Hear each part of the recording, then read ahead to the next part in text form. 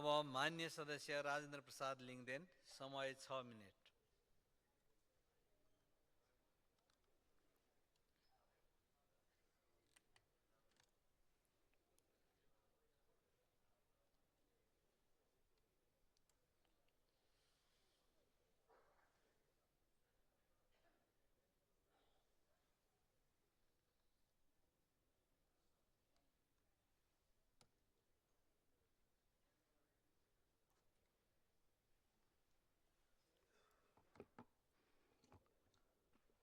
सभामुख महोदय, केही दिन अघि बङ्गलादेशका हिन्दू अगुवा भावेश चन्द्र रायको हत्यापछि फेरि भर्खरै काश्मीरको पर्यटकीय क्षेत्र पहलगाममा 26 जना भने नेपाली सन्दीप न्यौपाने लगायतलाई जुन नृशंस हत्या गरियो,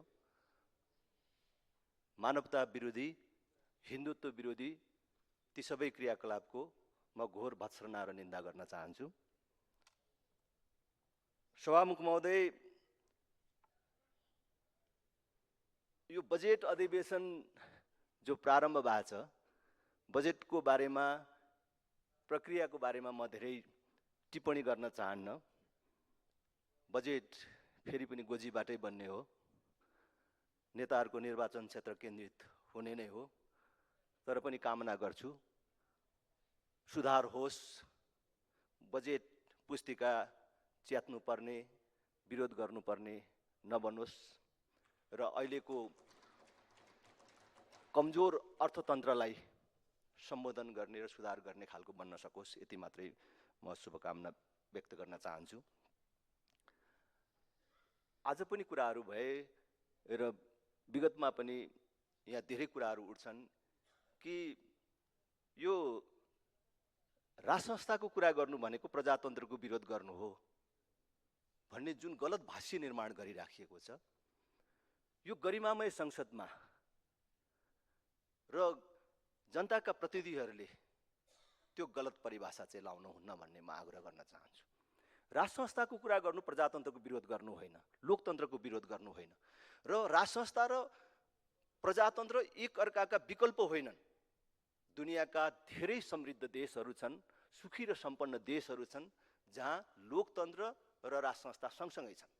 त्यसकारण कसैले यहाँ राजसंस्थाको कुरा गर्नु अथवा राप्रपाले राजसंस्थाको कुरा गर्नु र राजसंस्थाको पक्षमा कुरा गर्नु, राजाको पक्षमा कुरा गर्नु लोकतन्त्रको विरुद्धमा होइन।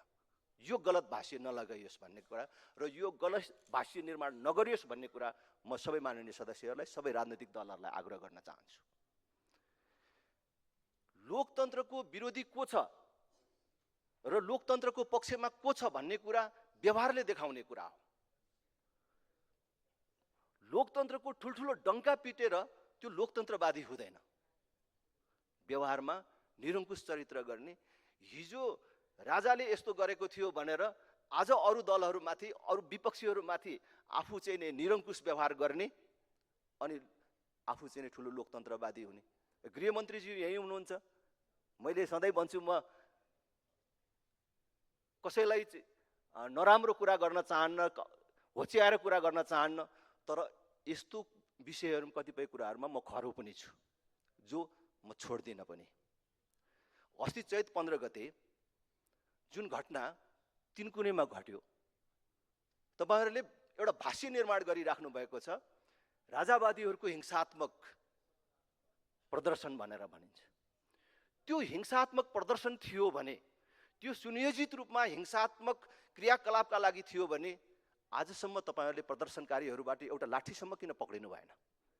मैले सार्वजनिक स्थलमा पनि सोधेको छु र आज यहाँ पनि सोध्न चाहन्छु। त्यो हिंसात्मक हुनको लागि त प्रदर्शनकारीहरूसँग बन्दुक हुनु पर्थ्यो, खुकुरी हुनु पर्थ्यो, उनीहरूसँग लाठी हुनु पर्थ्यो, ढुङ्गा हुनु पर्थ्यो। तपाईहरुले के पक्रिनु भयो त? अहिलेसम्म अनुसन्धानको क्रममा त्यस्ता केही चीजहरू फेला परे? 746 राउन्ड अश्रु ग्यास चल्यो र त्यो भन्दा बेसी थियो भनेर भनिन्छ। त्यो पनि म्याद सकिएको अश्रु ग्यास। त्यो के दुर्गा प्रसाईले, रविन्द्र मिश्रले, धवल शमशेरहरूले चलाएको हो? प्रदर्शनकारीहरूले चलाएको हो? विभिन्न तहका गोलीहरू 250 राउन्डभन्दा बेसी त्यहाँ प्रहार गरिएको छ। त्यो प्रदर्शनकारीहरूबाट कति राउन्ड चाहिँ प्रदर्शनकारीहरूबाट भएको हो। घरको ढोकामा छिर्दै गरेको प्रदर्शन क्षेत्रबाट कयौं किलोमिटर पर र प्रदर्शनसँग कुनै सम्बन्ध नरहेका रेबिका खत्री लगाए र उसको दाजुलाई कसले गोली हानेको हो र घर फर्कँदै गरेको सबिन महर्जनलाई कसले मारेको हो। त्यसकारण म गृहमन्त्रीजीलाई भन्न चाहन्छु, तपाईहरू प्रजातन्त्रको पक्षमा हुनुहुन्छ, न्यायको पक्षमा हुनुहुन्छ भने रविन्द्र मिश्र लगायतका मानिसहरूलाई छोड्नुहोस् र न्यायिक आयोग गठन गरेर सत्य तथ्य बाहिर ल्याउनुहोस्।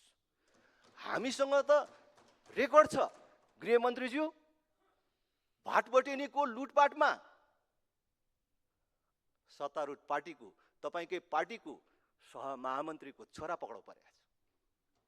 किन छोड्नुभयो तुरुन्तै?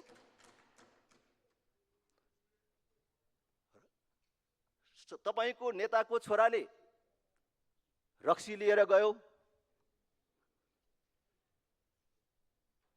उसले ल्याएको मान्छेले म रक्सी खान्न, मलाई कपडा काम लाग्छ भने कपडा लिएर गयो। पछि थाहा भयो तपाईहरुले पक्रिँदाखेरि, तपाईको पुलिसले पक्रिँदाखेरि भिडियोमा हेरेर पक्रियो, तर पक्रिँदा त नेताको छोरा रहेछ। नेताको छोरालाई छोड्नुभयो, ल्याएको मान्छे छुटेन, पछि यो कुरा सार्वजनिक गरिदिन्छु भनेर धम्काएपछि 2 घण्टाभित्र तपाईहरुले छोड्नुभयो। मान्य सदस्य, यहाँको निर्धारित समय सकिएको छ। त्यसकारण यो सत्य तथ्य सार्वजनिक हुन जरुरी छ। तपाईहरुले जबसम्म प्रजातन्त्र लोकतन्त्रको नाममा यस प्रकारको निरङ्कुशता चलाइराख्नुहुन्छ, हामीले यो निरङ्कुश तन्त्रको, यो व्यवस्थाको विरोध गरिराख्छौं र यो पनि हेक्कार होस्। हामीले यो संविधानको शपथ खाएका छौं, तर यो संविधानले यो संविधानको आलोचना गर्ने र यो संविधान परिवर्तन गर्ने अधिकार पनि सुरक्षित गरेको छ। हामीले संविधान भित्रै बसेर यो संविधानको आलोचना गरिराखेका छौं र म आग्रह गर्न चाहन्छु सबै राजनीतिक दलहरूलाई, हामीले संयमता अपनाऊ।